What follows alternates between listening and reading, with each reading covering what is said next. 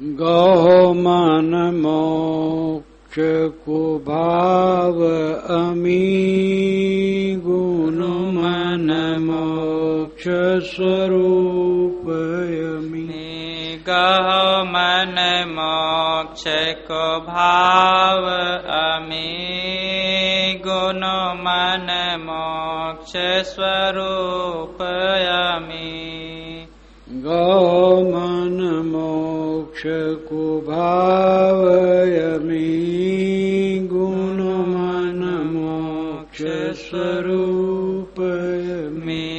गौ मन मोक्ष को भाव अमी गुण मन मोक्ष स्वरूप अमी। जय की महिमा अमित सनातन सुर नर मुनि जय भाव धमी। जय की महिमा अमित सनातन सुर नर मुनि जय भाव धमी। राक्षस दैत्य चाह जय करही बिन गुरु भेद न पाए तमी। कहो मन मोक्ष को भाव अमी गुण मन मोक्ष स्वरूप अमी। मन मन साज मूल से नासत सकल विकार खमी। मन मन साज मूल सकल विकार खमी। भ्रम कर उलट जाए हित विषयन भ्रमत जीव स्थिति चल भमी। गाहो मन मोक्ष को भाव अमी गुण मन मोक्ष स्वरूप अमी। पर कहाँ मिले मृगा जल वारिधि जब लगी भेद न ताहि लमी। पर का मिले मृगा जल वारिधि जब लगी भेद न ताहि लमी। कोई ईश फल मोक्ष को चाहत कोई ब्रह्म द्वैत जमी।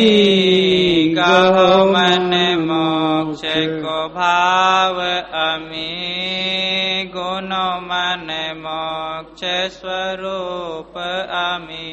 सर्वानंद होय जग पूर्ण जग ताहि टमी। सर्वानंद होय जग पूर्ण जग ताहि टमी। सो गुरु लाय क्यों मुहि निकट जो ठहराए पमी। गौ मन मोक्ष को भाव अमी गुण मन मोक्ष स्वरूप अमी। नहीं उद्योग फिक्र जहाँ कोई पर बस होए न कबहु कमी। नहीं उद्योग फिक्र जहाँ कोई पर बस होए न कबहु कमी।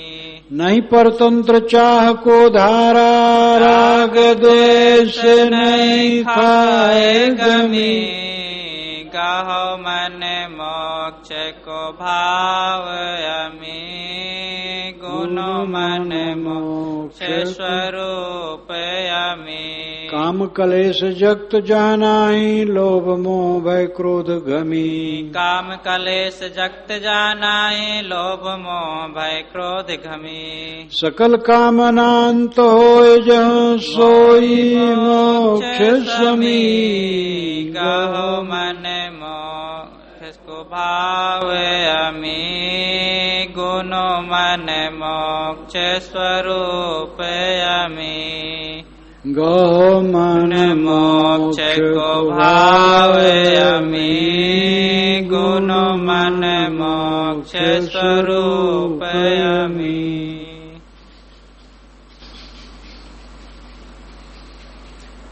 बोधवान अपने मन को कहते हैं कि हे मेरा मन गहो मोक्ष को भाव अमी। मोक्ष का भाव अमृत है, उसको ग्रहण करो। गुणो मन मोक्ष स्वरूप अमी। हे मन मोक्ष स्वरूप जो अमृत है उसका स्मरण करो।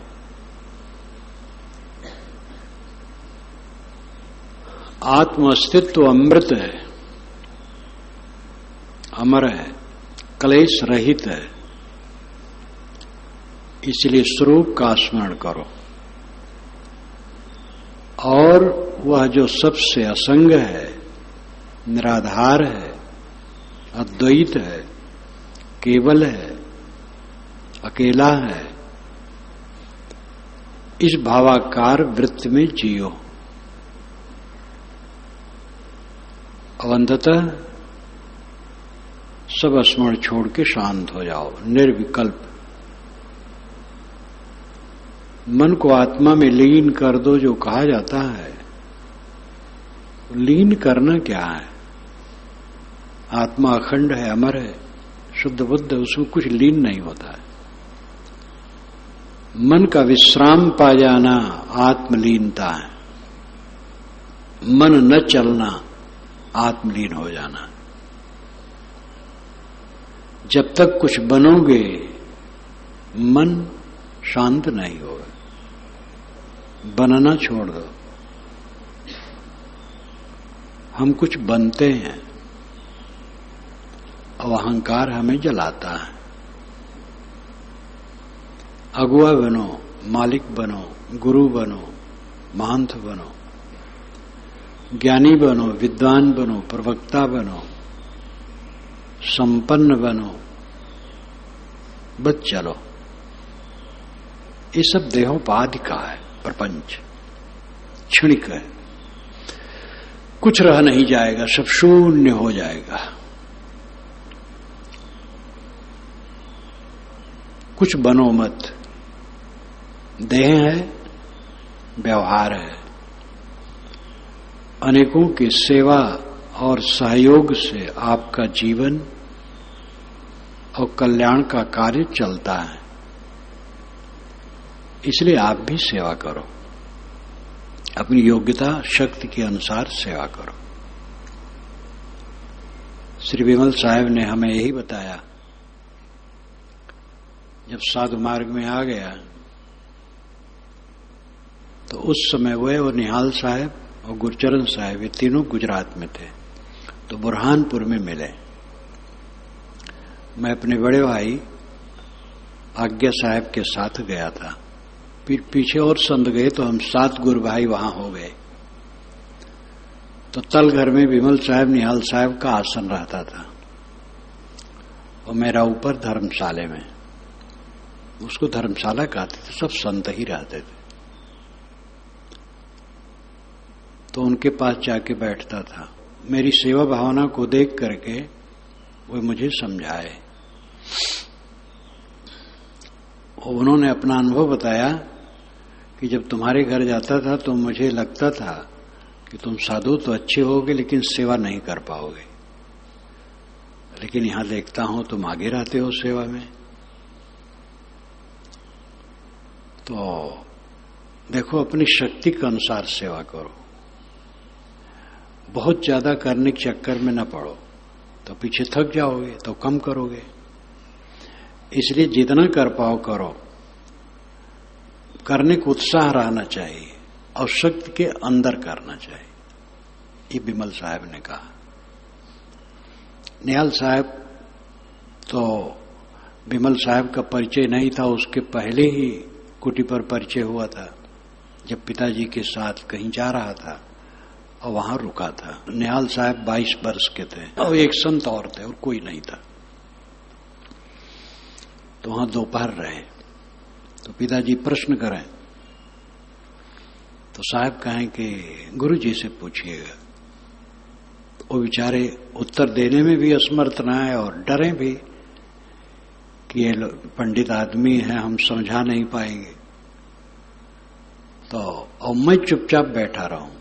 मैं कहूं, हे भगवान, एक अवतार ले लो इन कबीरपंथियों को समझाने के लिए। अंदर से तो खिंचे मन कि ये लोग बड़े अच्छे हैं, बड़े साफ सुथरे और बहुत अच्छे, लेकिन भगवान नहीं मानते, बहुत गलत है। हे भगवान, अपना चित्र इसी दीवार पर अंकित कर दो तो लोग एक समझ जाएं कि भगवान है, अवतार होता है। और 5-6 दिन के बाद फिर लौटा तो फिर दोपहर को वहीं रहे और फिर बातचीत चली। तो फिर यही बात आई मन में, बार यही लगे कि ये लोग अच्छे बहुत हैं लेकिन भगवान नहीं मानते। तब जब चले 4 बज गए होंगे, गर्मी महीना था, घर चले। तब पिताजी से मैंने कहा कि संत तो बड़े अच्छे होते लेकिन भगवान नहीं मानते हैं। तो उन्होंने कहा है तो असली भगवान मानते हैं। तो मैंने कहा असली भगवान क्या है? कि उपनिषद पढ़ो, असली भगवान आत्मा ही है। तो द्वैत अद्वैत विशिष्टाद्वैत ये सब की चर्चा करते हुए गए। तो निहाल साहब का परिचय वही हुआ था, फिर बीच में नहीं। फिर एक बार आए थे, जिस बार घर छोड़ना था, वर्षा में आए विमल साहब और वो 2 संत और 4। तो उस समय वो समझ गए थे अब ये रहेंगे नहीं, लेकिन वो फिर चले गए थे गुजरात। और फिर मैं जब बुरहानपुर गया तो मिले, तो विमल साहब ज्यादा बातचीत करते थे। तो उन्होंने यही कहा कि सेवा करो, लेकिन बहुत ज्यादा ऐसा न करो कि फिर थक जाओ तब कम कर पाओ। शक्ति के अंदर करो और मन में उत्साह आना चाहिए कि हम खूब करें। ये उन्होंने सीख दी। तो सेवा की जरूरत है, क्योंकि हमारी सेवा चारों तरफ से होती है, अनेक ढंग से, गुजर बसर में और कल्याण में भी। इसलिए हमें दूसरे की सेवा करनी चाहिए। निकम्मा शरीर बिल्कुल बेकार है। यह देहियां लगी कौन स्वार्थ में, ये देह किस स्वार्थ में लगेगा? सेवा करना चाहिए, लेकिन बनो कुछ न। बनते बनते नरक भोग चुके हैं हम लोग। ये बनना ही हमें जलाता रहा है। हम कुछ हैं, यही हमें जलाता रहा है। आज तक जलते हैं। मन का द्वंद्व क्यों? कुछ बनते हैं। बनना जब बिल्कुल खत्म हो जाता है, मन का द्वंद्व नहीं रहता है। यह मैं किताब पढ़ के नहीं कह रहा हूं, अनुभव की बात कह रहा हूं। जिस रास्ते से चल के आया हूं उस रास्ते को कह रहा हूं। बनना छोड़ दो, तुरंत शीतल हो जाओ। अमृत, मोक्ष अमृत है।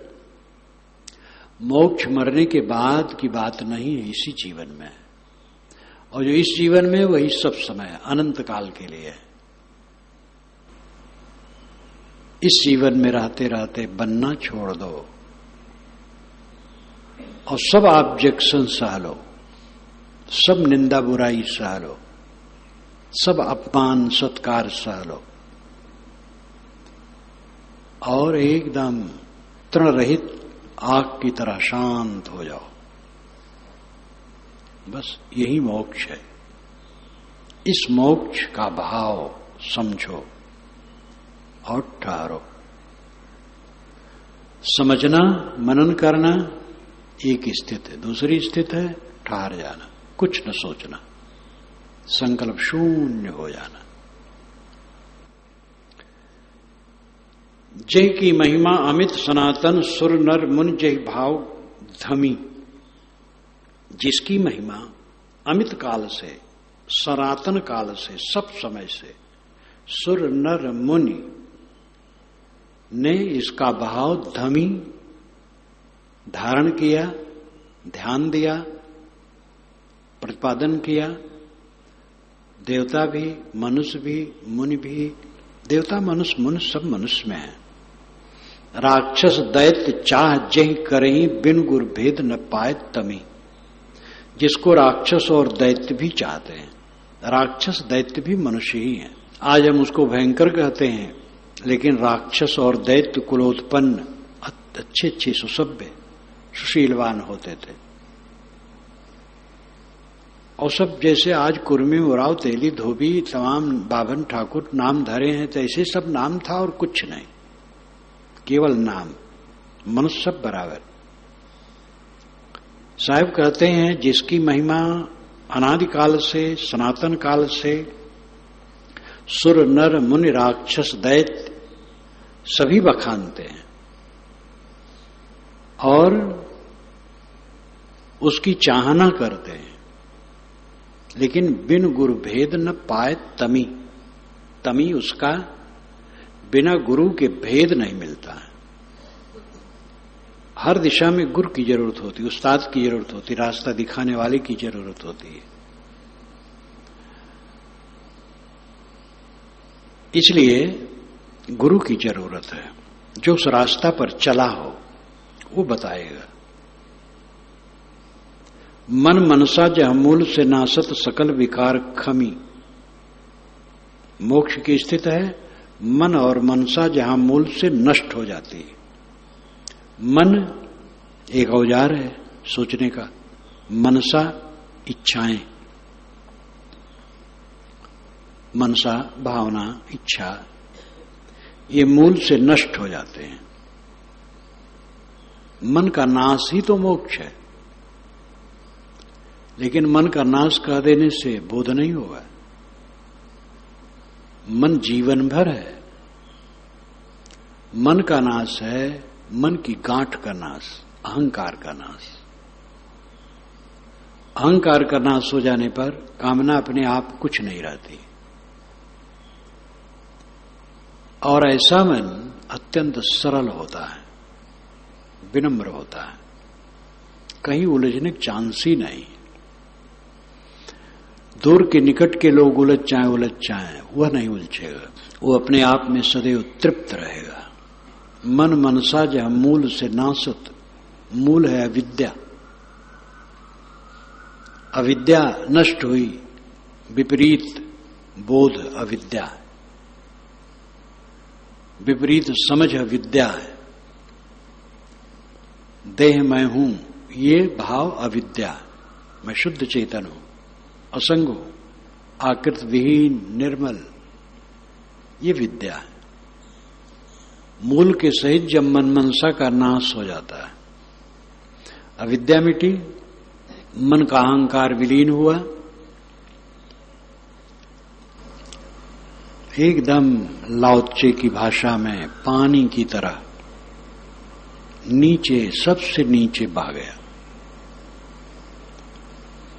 संत कहते हैं पानी नीचे बहता है, ऊपर उठाओ, उसका अलग अर्थ है।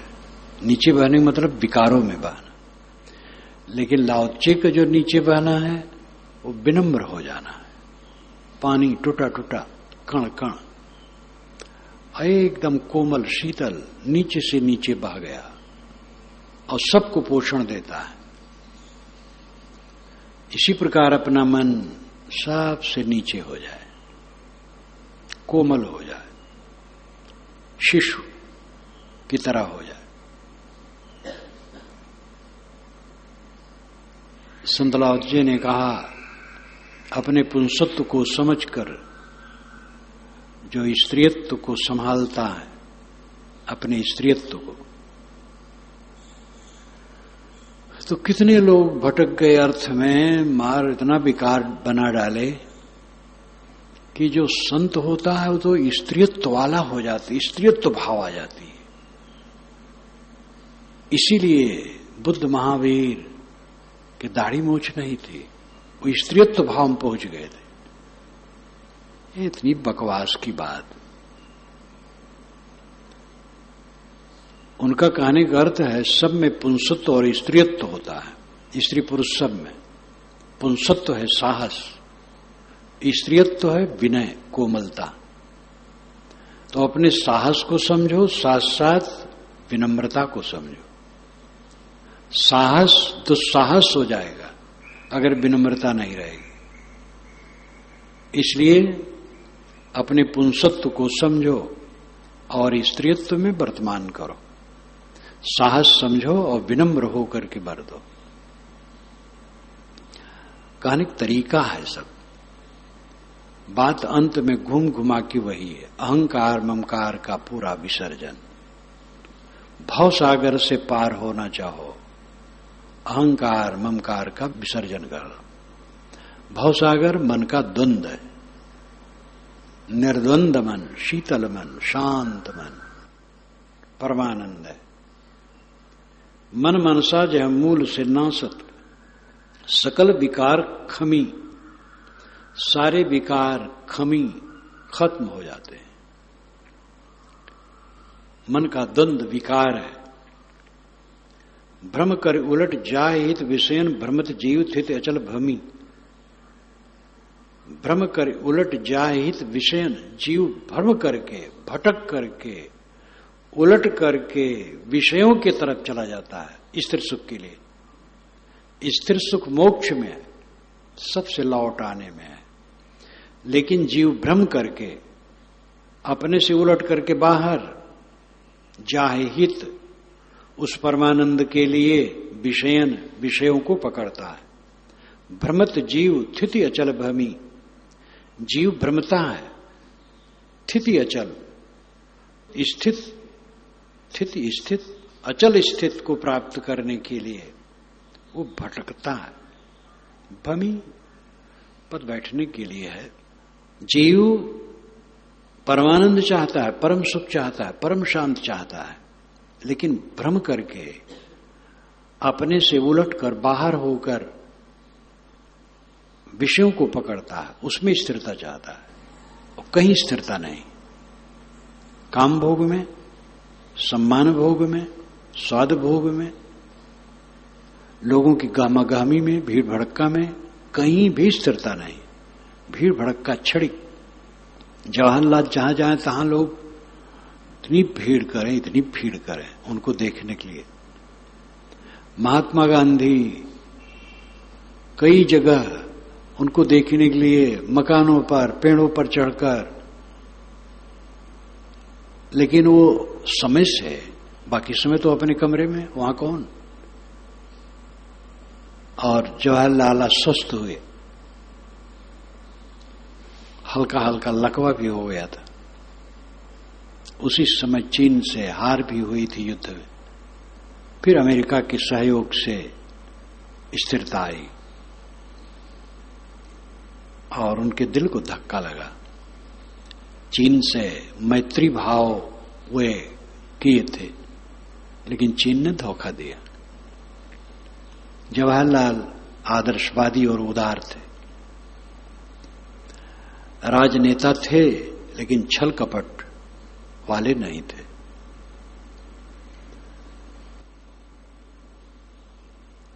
भीड़ कितने समय का है, सब झूठ।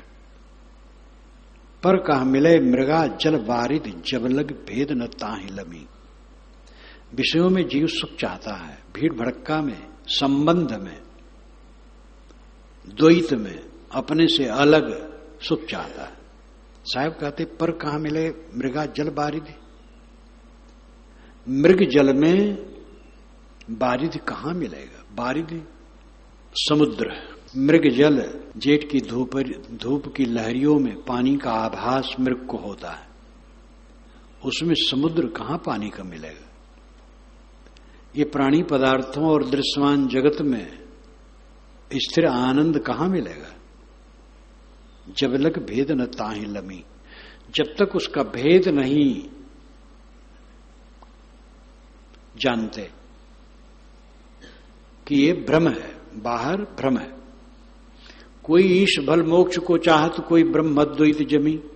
कोई मानता है ईश्वर है किसी लोक में, वहां पहुंच के मोक्ष मिलेगा। सालोक, सामीप, सारूप, सायुज्य, ये सगुण उपासकों ने 4 मोक्ष माना है। लड़कों का खिलौना। सालोक भगवान का लोक है, तो उसमें भी एक लोक थोड़े है। ये रामानंदियों का साकेत लोक है, लेकिन कृष्ण उपासक उसमें बिल्कुल जाना नहीं चाहते, उनका गोलोक है। और स्वयं का शिवलोक है।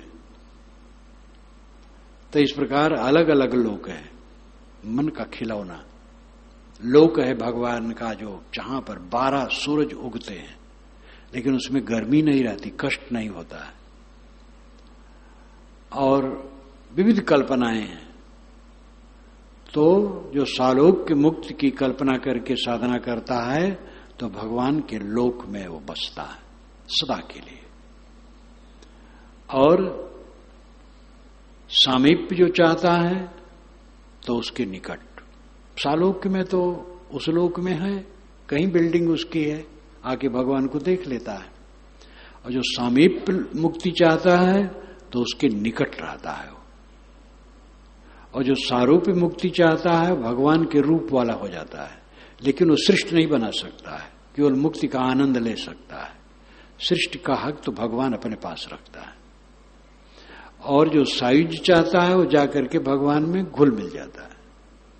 इस प्रकार कोई ईश भल मोक्ष को चाहत, कोई ब्रह्म अद्वैत जमी, कोई अद्वैत ब्रह्म इस ढंग से मानते हैं कि मैं सर्वत्र परिपूर्ण हूं और सब कुछ मेरी लहर है, पूरा संसार मेरी लहर है, मैं अखंड ब्रह्म स्वरूप हूं, सच्चिदानंद, और जो कुछ प्रतीतमान है वो अस्थिभांत प्रिय लक्षणों वाला होने से सब सच्चिदानंद है। अस्ति है, भांति भासता है इसलिए चिद है, और प्रिय है इसलिए आनंद है। जैसे मकान है ये अस्ति, और भांति भासता है इसलिए चेतन है। भासता तो हमें है, लेकिन कहते नहीं भासता है तो चेतन है। और फिर प्रिय है क्योंकि इसमें काम हम करते हैं, बैठते हैं, सत्संग करते हैं, आराम करते हैं, इसलिए प्रिय है, इसलिए आनंद है। तो ये मकान भी सच्चिदानंद है। ऐसे सब वस्तुएं सच्चिदानंद है, क्योंकि सब अस्तिभांत प्रिय लक्षण से संयुक्त है। नाम रूप जो उसमें हो माया है, 5 लक्षण है, अस्तिभात प्रिय नाम रूप, सब वस्तुओं में 5 लक्षण है। एक लकड़ी है, अस्ति है, भांति भासती है, और प्रिय काम देती इसलिए प्रिय, और डंडा नाम है, और आकार लंबाकार रूप है। तो नाम रूप मिथ्या है, वो माया है, नाम रूप कुछ नहीं। लेकिन अस्तिभांत प्रिय ये सच्चिदानंद है। इस प्रकार पूरा संसार सच्चिदानंद ब्रह्म मैं हूं, इस प्रकार मानते हैं। तो जड़ चेतन एक में मिला देते हैं, गड़बड़ कर देते हैं। तो ब्रह्म अद्वैत जमी, सर्वानंद होय जग पूर्ण जाके ताहि टमी। सर्वानंद होय जग पूर्ण, सर्वानंद, योगानंद, भोगानंद, विषयानंद, जहां देखो तहां आनंद ही आनंद छाया है। क्योंकि आनंद संसार में नहीं है, आनंद आत्मा का गुण है। और अगर कहीं आनंद आ रहा है तो आत्मा का आनंद है, काम भोग में आनंद आ रहा है तो आत्मा का आनंद है, कहीं भी आनंद आ रहा है वो आत्मा का आनंद है। इस प्रकार व्याख्या करके सब गड़बड़ कर देते हैं। सर्व आनंद होय जग पूर्ण, साहब कहते जहां के ताहि टमी, जहां का तहां फिर पहुंच गए, विषय से निकले वो विषय में फिर पहुंच गए। तो ये मोक्ष के विषय में भ्रम पैदा करके और गड़बड़ा दिए। सो गुर लायक की हो मही निकटे जो ठहराओ पमी, लेकिन सो उस मुक्ति की स्थिति को गुरु ला करके मुझे निकट बता दिए। जो ठहराओ पमी, जो परम ठहराव है, परम स्थित है, वो मेरे पास बता दिए। नहीं उद्योग फिक्र जहां कोई परबस होए न कबहू कमी, वहां कोई उद्योग नहीं, फिक्र नहीं। उद्योग नाम धंधा, न परबसता है न कमी है, नहीं परतंत्र चाह की धारा, न वहां कोई परतंत्रता है न चाह की धारा में बहना है। राग द्वेष नहीं खाए गमी, राग द्वेष की गम खाना नहीं है। गमी कष्ट, राग द्वेष का कष्ट वहां नहीं है। काम कलेश जगत जहां नाही, काम का कलेश और उसका जगत प्रपंच वहां कुछ नहीं। लोभ मोह भय क्रोध घमी, काम से उत्पन्न लोभ मोह भय क्रोध की घमी घमासान वहां बिल्कुल नहीं है। जहां काम ही मिट गई, काम वासना, वहां लोभ मोह भय क्रोध कहां। सकल कामना अंत होए जहां सोई मोक्ष समी, सारी कामनाएं जहां समाप्त हो गई वही मोक्ष समी, समान शांत मोक्ष है। ये इसी जीवन का अनुभव है। इसी जीवन में रहते रहते सारी कामनाएं छोड़ दो, सारा अहंकार छोड़ दो, तब ये दशा आएगी। ये मेहनत करते करते होता है, ऐसे नहीं होता है। जो घबराते हैं वो कुछ नहीं पा सकते। एक लागे सिद्ध बनना चाहते हैं लोग, तुरंत चाहते हैं उस दशा में पहुंच जाएं, कैसे हो सकता है? अनादिकाल जंजाल, ऊबड़ खाबड़, अहंकार, मिथ्या मूर्खता, हमारी अहंकार महामूर्खता है। देह में अपने को जोड़ना, नाम रूप में जोड़ना, गुण कर्मों में जोड़ना, उपलब्धियों में जोड़ना महामूर्खता है। ये मूर्खता का अभ्यास अनादिकालीन है। ये काटते काटते कटती है, एक लागे नहीं कटती है। कट जाती है तब भी सावधान रहना, जुड़ने न पाए। जुड़ने की चांस है जब तक दे है। इसीलिए इस ग्रंथ के रचयिता महापुरुष वंदना ही में कहते, जब लग है यह देह, जब तक ये देह है प्रार्थ भुलावन पूर्व की, तब लग शत्रु मने विनय करो यही स्वार्थ हित। सतत जागरूक रहो और दृढ़ता से परिश्रम करो, निरंतर परिवर्तन होगा। और इसी जीवन में वो दशा आ जाएगी जहां क्लेश नाम की कोई चीज नहीं, सदैव परमानंद है, महासुख, सुख सागर। सदैव सुख सागर में निमज्जन करो। अगर सुख नहीं आ रहा है तो आपकी भूल है, आपका अहंकार है। अगर मन में दुख है तो समझ लो आपका अहंकार है, किसी का दोष नहीं है, आजू बाजू के लोगों का दोष नहीं है। आजू बाजू वाले तो जैसा समझते वैसा करते हैं, बोलते हैं, बरतते हैं। सबको ठीक करके मोक्ष नहीं मिलेगा। आचार्य प्रसाद द्विवेदी की बात याद आती है। जब इस पर बात होने लगी तो कहे वो मनमस्त हुआ फिर क्यों बोले, वो बताने आएगा, वो तो अपने आप में डूब जाएगा। वो बेचारे साधक नहीं थे, लेकिन पढ़े लिखे थे, जानते थे, कहते थे। कहीं भी हजारी प्रसाद द्विवेदी या राम कुमार वर्मा तुलसी जयंती में भी जाएं तो कबीर बिना आए नहीं रहते थे, क्योंकि वाणी विचार से तो उसमें रमते ही थे। तो बताने जाएगा, अपने में रमेगा। वो दशा आ जाने पर फिर क्या पूछना है। अगर मन में क्लेश है तो समझ लो अपना अहंकार है, अपनी कमी है, दूसरे कमी कुछ नहीं, सब अच्छे हैं। विपत्ति हम अपनी काहि सुनावें, विपत्ति हम अपनी काहे सुनावें, निज कर सब दुख उत्पत्ति कीन्हे, निज कर सब दुख उत्पत्ति कीन्हे, नहीं कोई और बनावे, विपत्ति हम अपनी काहे सुनावे, विपत्ति हम अपनी काहे सुनावे, आप भूल भरम दुख कीन्हे, सुख नाम कई गावे, आप भूल भरम दुख कीन्हे, सुख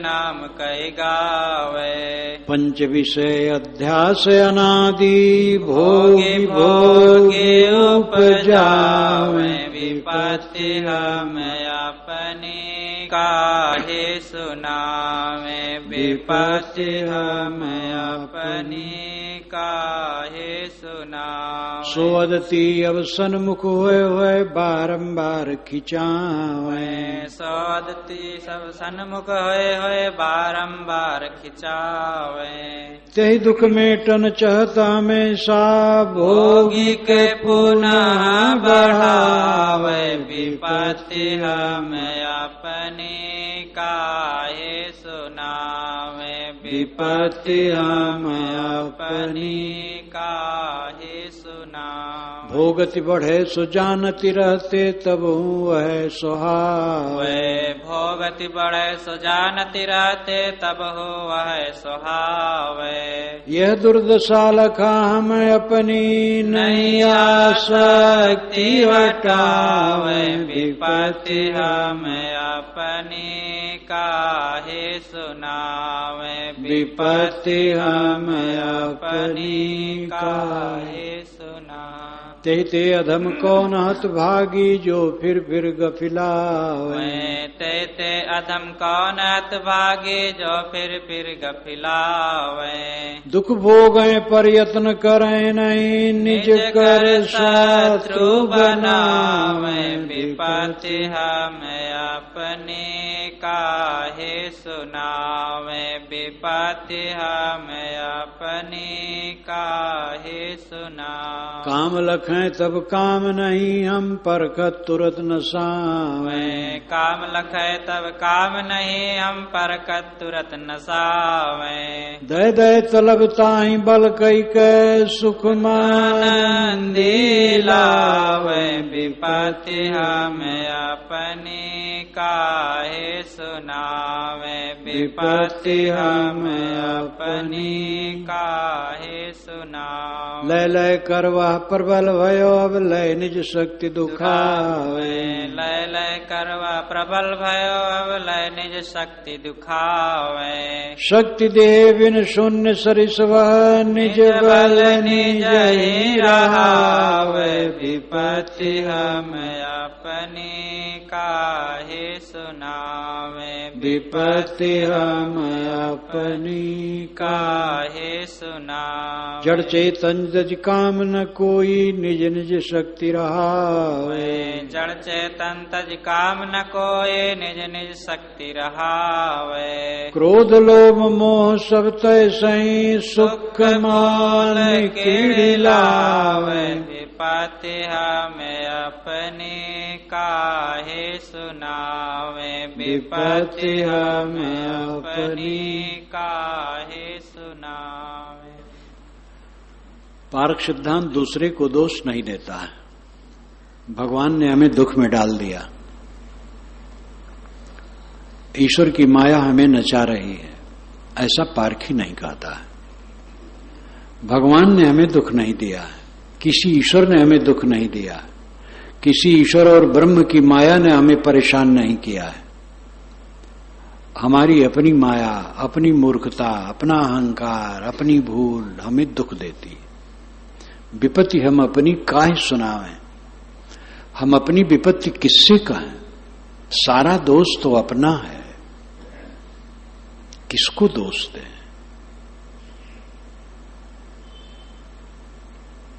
गीता प्रेस गीता बैठकों में हम लोग बैठे थे। पोद्दार जी तो चले गए थे, चिम्मल लाल गोस्वामी थे। एक ने इंदिरा गांधी की आलोचना की। उन्होंने कहा किसको दोष दिया जाए, अपना ही दुर्भाग्य है। ये पोद्दार जी का स्टाइल था।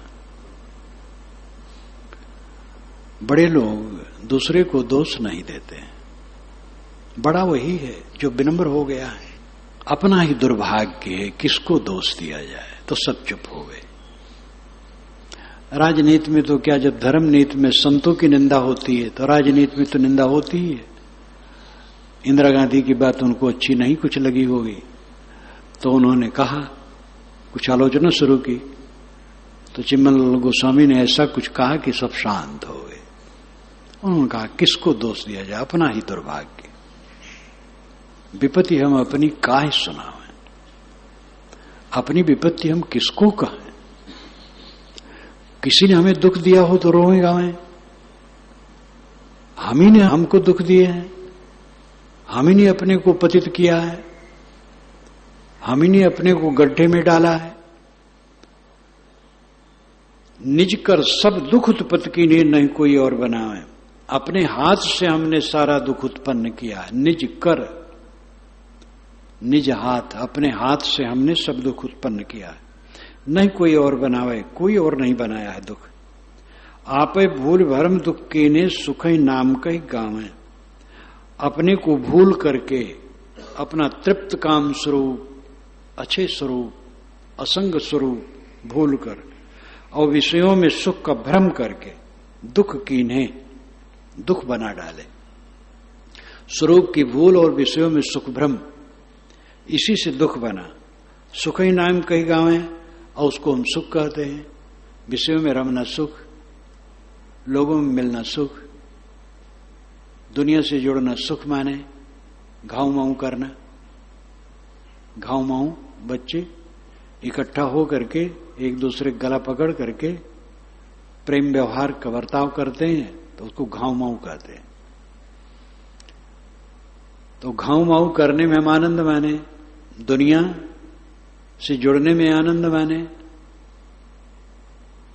पंच विषय अध्यास अनादि भोग भोग उपजावें।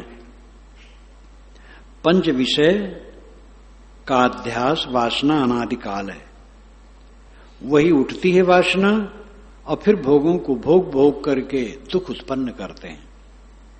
सो अद्वितीय अब सन्मुख है बारंबार खिंचावे, वही भोग की क्रिया आदत बन जाती है और सामने वही आदत बारंबार खड़ी हो जाती है और उसी आदत के बसीभूत होकर के फिर बारंबार उसी तरफ खींचते हैं।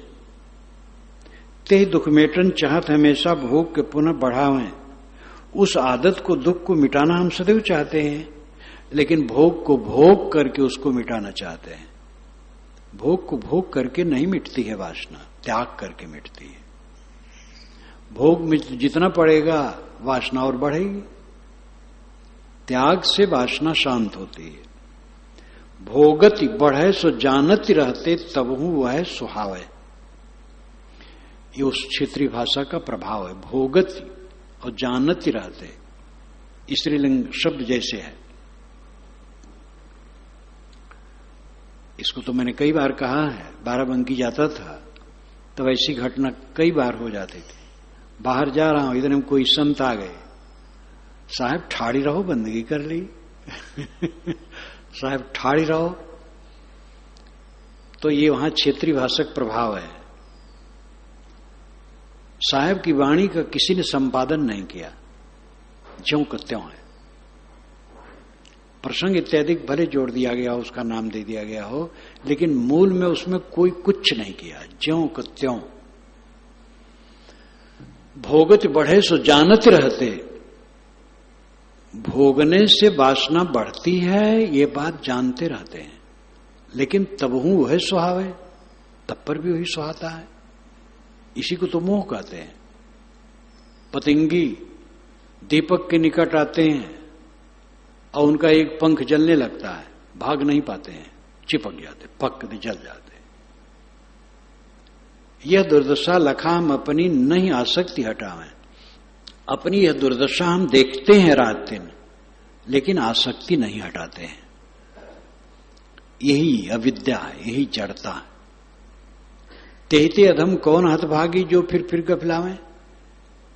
जो बारंबार दुर्गुणों में पड़े, बारंबार अहंकार करे, बारंबार खींचे, काम भोग में पड़े, चाहे क्रोध में पड़े, चाहे खींच में पड़े, जो उद्वेग में पड़े, परनिंदा में पड़े, कलह में पड़े, स्वरूप स्थित के अलावा कहीं भी पड़े। मनोविकार आया तो स्वरूप स्थित से पृथक है। किसी उद्वेग में पड़ा, फिर गफिलाना, तो मेरे समान कौन अधम होगा। जो मनोवृत्ति हमें गिरा देती है स्वरूप स्थित से, उसी मनोवृत्ति में फिर पड़ते हैं, तो मेरे समान अधम कौन है। दुख भोगें प्रयत्न करें नहीं, निजकर शत्रु बनावें। दुख भोगते हैं और उससे छूटने के लिए प्रयत्न नहीं करते हैं। दुख हमारे अहंकार का परिणाम है, और अहंकार नहीं छोड़ते हैं। निज कर शत्रु बनावें, अपने हाथ से हम शत्रु बनाते हैं। वासना शत्रु है। काम लखें तब काम नहीं हम परखत तुरंत नसावें। जब हम काम को देखते हैं तो हम काम नहीं है, परखते ही तुरंत तो नष्ट हो जाता है। काम वासना मन में आई, विवेक जगा, अरे गंदगी, बस काम वासना उड़ गई। इसलिए काम वासना मेरे में तो नहीं है, भावनात्मक है, विकारात्मक है, स्मरण से होता है। याद, फिर प्रिभावना बनना, फिर उद्वेग उठना, ये क्रम है। विषयों की याद, याद के बाद प्रियता उसमें उठना, याद आवे प्रियता ना उठे तो कुछ नहीं होगा। प्रियता हुई तो छोड़ दो, नहीं छोड़े तो विकार मन में आएगा।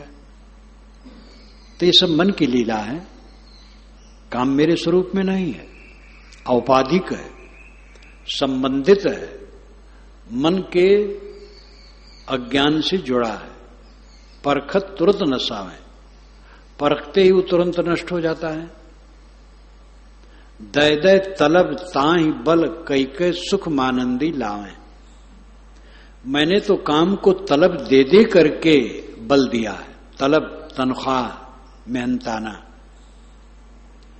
जैसे मजदूर को मेहनताना दिया जाता, तलब दिया जाता है, वैसे काम वासना को तो हमने तलब दिया है, मेहनताना दिया है भोग का। काम वासना मन में आई, बस भोग का मेहनताना दे दिया। बीड़ी पीने की इच्छा हुई, बीड़ी खोस लिया मुंह में। तो दय दय तलब ताहि बल कई के सुख मानंदी लावे, उसमें सुख की मान्यता बनाते हैं। लैले कर वह प्रबल भयो। अब लैले कर, कर टैक्स, हमसे भोग का टैक्स ले लेकर के काम वासना प्रबल हो गई। सहज भी किया जा सकता, ले लेकर के भोगों को ले लेकर के वासना प्रबल हो गई। दोनों ढंग से, कर नाम टैक्स और कर नाम करना। भोगों का टैक्स ले लेकर के वासना प्रबल हो गई, या भोग ले लेकर वासना प्रबल हो गई। लय निज शक्ति दुखावे, हम ही से शक्ति पा करके और हमें वो दुखाती है वासना। अपने जाल बिछाए के आप फंसे मत बंद, कहां रोग कहां औषधि, कैसे मिले आनंद।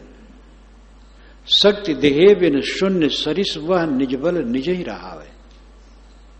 शक्ति उसको हम न दें तो शून्य की तरह है। निज बल निज ही रहावे, अपना बल अपने आप में है। अपनी सत्ता को अपनी तरफ रखो, अपनी सत्ता को बाहर न दो। लेना एक न देना दो, इसमें अर्थ माना जाता है लेना एक न, किसी का दोष न लेना, किसी के दोष का अनुसरण न करना। न देना दो चीज न देना। अपने मन को कहीं दुनिया में न लगाना और अपनी शक्ति को छीण नहीं करना। अपनी शक्ति को न दो, अपना वीर्य न दो, अपना रक्त न दो, अपनी शक्ति न दो और अपना मन न दो। मन कहीं न लगाओ, कहीं लगाओगे तो फंस जाओगे। कहीं मन न लगाओ, सबके प्रति हित कामना रखो। अपना मन कहीं न जोड़ो। दिल जोड़े से बड़ा दुख होए, नाहक कोई दिल जोड़े। दिल जोड़े वही चकई चकवा, रात बिलग हो जाए, नाहक कोई दिल जोड़े। अपना मन बाहर लगाओगे तो भीतर प्रवेश नहीं पाएगा। बाहर वासु मन भीतर वासु नहीं हो सकता है। बाहर इसीलिए लगता है क्योंकि सुख का भ्रम है। सुख का भ्रम मिट जाएगा तो बाहर नहीं लगेगा। निज बल निज ही रहावे, जड़ चेतन तज काम न कोई, निज निज शक्ति रहावे। जड़ और चेतन को छोड़ करके काम तो कुछ भी नहीं है। जड़ अलग कर दो, चेतन अलग कर दो, काम कहां है? और जड़ में काम कहां और चेतन में काम कहां है? मिट्टी पानी आग हवा आकाश में काम कहां है? और शुद्ध चेतन में काम कहां है? तो न जड़ में काम वासना है न चेतन में है। दोनों के संबंध में देहाभिमान में अविद्यावश उदय होता है। उसका कोई मौलिक स्वरूप नहीं है, भ्रांति मात्र है। इस भ्रांति को समझो और इस भ्रांति से मुक्ति लो। जड़ चेतन तज काम न कोई, निज निज शक्ति रहावे। जड़ और चेतन अपनी अपनी शक्ति में शक्तिमान है। जड़ में जड़ तो शक्ति है, चेतन में चेतन शक्ति है। और दोनों में काम नहीं है, अलग अलग कुछ भी नहीं है। दोनों के संबंध में देह धारण करके भ्रम बस काम वासना उदय होती है। क्रोध लोभ मोह सब तैसे सुख भूल किढ़ लावे। क्रोध लोभ मोह सबसे अर्थ है सारे मानसिक विकार। सुख भूल किढ़ लावे, विषयों में सुख मानकर भुलावा में पड़ करके विषयों में सुख माने, इसलिए किढ़लावे। किढ़लावे नाम घसीटते, किढ़लाना घसीटना, किढ़लावे घसीटना। ये काम क्रोध लोभ मोह हमें घसीटते हैं सुख भ्रम में पड़ने के कारण। सुख भ्रम में न पड़े तो नहीं घसीटेंगे। जब महाराज राम सोने के मृग में सुख माने तो सोने का मृग उन्हें घसीटा, न मानते, वो कूद काद करके चला जाता, कुछ न होता। ये उदाहरण है। स्वर्ण मृग जो रामायण में आया है एक रूपक है। महाराज राम स्वर्ण मृग में कभी नहीं मोहे, ऐसा हो ही नहीं सकता है, ऐसे नादान और नहीं थे। लेकिन रूपक बताना था तो बताया गया है। सीता का अपहरण तो करवाना था किसी प्रकार महाकाव्य में, तो ऐसा लिखा गया। लेकिन ये समझ लो कि जब महाराज राम जैसे जिन्होंने तृण के तुल्य राज्य को छोड़ दिया वो सोने के मृग में अटक गए तो भयंकर दुख पाए। तो हम लोग कैसे नहीं दुखी होंगे अगर कहीं सोने के मृग देख करके पीछे पड़ेंगे तो। सोने का मृग दुनिया में कहीं नहीं है और सारा संसार सोने के मृग के पीछे भाग रहा है। सुख है, कहीं सुख है विषयों में, दुनिया में सुख है, इन मनुष्यों की हुजूम में सुख है, भीड़ में सुख है। कोई हमें माने तो सुख है, कोई हमारी बड़ाई करे तो सुख है। यह दरिद्रता जब तक रहेगी तब तक सुख नहीं रहेगा। सुख भूल किढ़ लावे। अनात्म अनित्य वस्तुओं में सुख का भ्रम करके हम घसीट रहे हैं। अपनी मन की अहंता ममता को तोड़ो।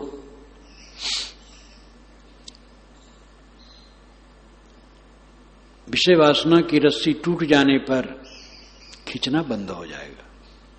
खिंचाव रहित मन, अपने मन को देखो कब कब खींचता है, और जहां खींचता है वहां अपनी कमजोरी है। जिस बात को लेकर के मन उद्वेगित होता है उस बात में अपनी ही कमजोरी है। हमारे मन में जो उद्वेग उठता है उसका मूल कारण यह नहीं है कि दूसरे ने हमें ऐसा कहा है तब उठता है। हमारा दिल कमजोर है, विवेक कमजोर है। कहने वाला कहा है, ठीक कहा है, अगर उसमें कुछ शोधने की चीज है तो शोध ले, और नहीं तो कहने दे, कोई अड़चन नहीं है।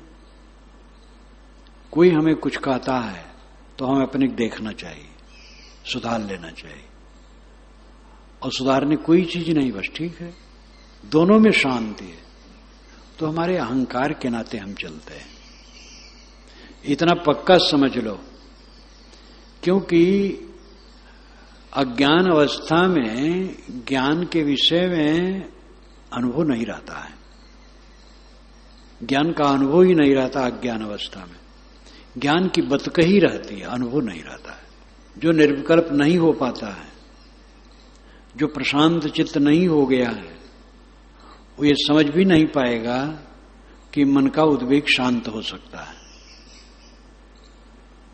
एक महात्मा भिन्न संप्रदाय के थे, लाल कपड़े वाले, तेज तर्रार थे, 60 की जरूर रहे होंगे लेकिन स्वस्थ थे। यहां कहीं रेलवे स्टेशन उतरे इलाहाबाद, और बुक स्टॉल पर हमारी पुस्तकें देखे तो याद हो गया। हमारी पुस्तकें पहले भी पढ़े थे, लेकिन सर्वोदय बुक स्टॉल पर मेरी पुस्तक देख के उनको याद आ गया, तो सीधे हमारे पास आ गए। लोग भोजन करने गए थे, तो मैंने कहा आप भी जाके भोजन कर लीजिए। तो गए, भोजन करके आए, फिर बैठे, बातचीत होने लगी। तो कहे कि मन तो ठीक है, मन तो ऐसे रहेगा, ऊपर पंच आएगा, बस उससे उदास रहना है और उसका साक्षी बन के रहना है, और तो आएगा ही, ये विकार मिटेगा नहीं। इतने तेज थे कि मैं उसमें कुछ कहने बल ही नहीं लगा पाया। वो कहते गए, धीरे से कुछ कहा कि बिल्कुल मिटेगा, कुछ नहीं रहेगा, लेकिन वो समझ नहीं पाए। भाव उनका था तभी आए थे, लेकिन ये भाव उनका दृढ़ था कि विकार आएगा ही। विकार आएगा तो मोक्ष क्या है? पूरा निर्विकार चित्त होता है, पूरी शांति होती है, विकार का कोई नाम निशान नहीं रहता है। करना चाहिए, डटना चाहिए उस पर। साधना नहीं ठीक से की जाएगी तो दशा नहीं आएगी। लेकिन इतना सभी साधक समझ रहे कि किसी समय मन उद्वेगित है तो निरानिर वातावरण के नाते नहीं कि ऐसा वातावरण पड़ गया, ऐसी बात आ गई। ऐसी बात आती है तो क्षणिक मात्र हो सकता है बोधवान को, फिर वो चला जाएगा। लेकिन अगर वो आंदोलन बना है तो अपनी कमजोरी है, अपनी कमजोरी को ध्वस्त करो। और सबसे बड़ी कमजोरी अहंकार, अहंता ममता, इसीलिए हुआ है। सारी अहंता ममता मिट जाने पर द्वंद्व रहित चित्त हो जाएगा और वही मोक्ष है।